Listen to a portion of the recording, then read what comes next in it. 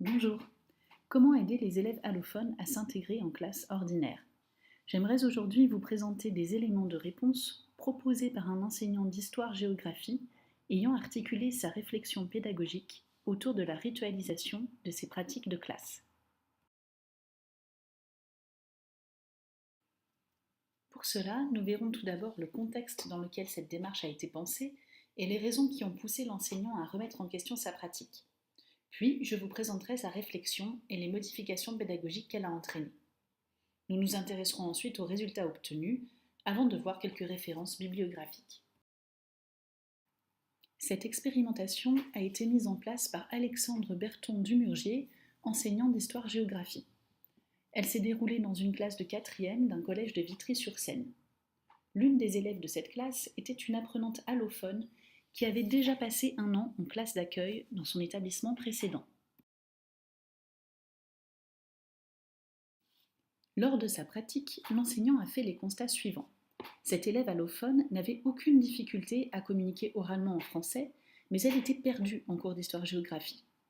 Elle ne parvenait pas à comprendre les textes étudiés ni les consignes des exercices et ne prenait jamais la parole en classe.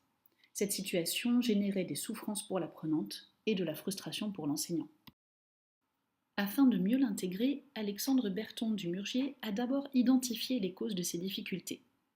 Elles étaient en partie d'ordre linguistique, liées au lexique spécifique de la matière, au niveau de langue employé et enfin à la complexité des compétences de compréhension orale et oralographique nécessaires à l'apprenant.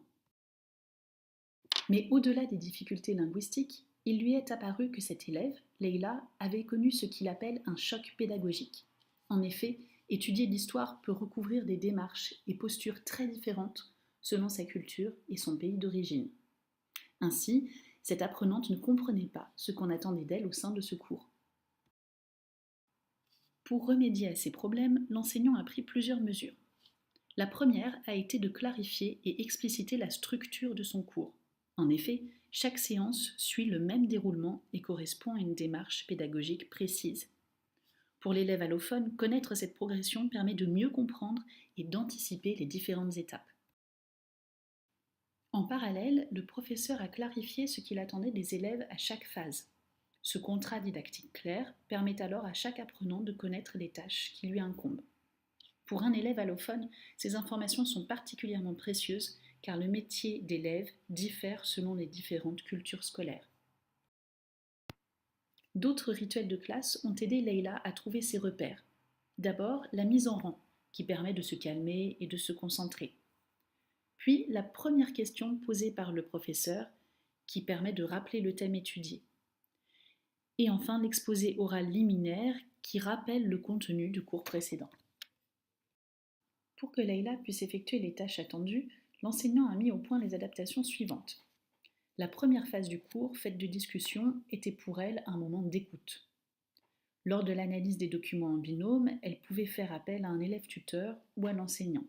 Et enfin, si les supports de travail étaient identiques pour tous, les questions et les consignes étaient adaptées à son niveau de langue.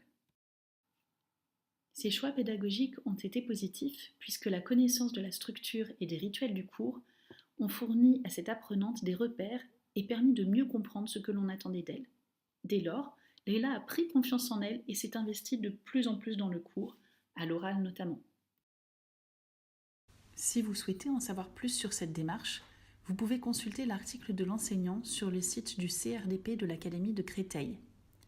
Le hors-série de la revue Recherche en éducation traite également des rituels à l'école et est disponible en ligne.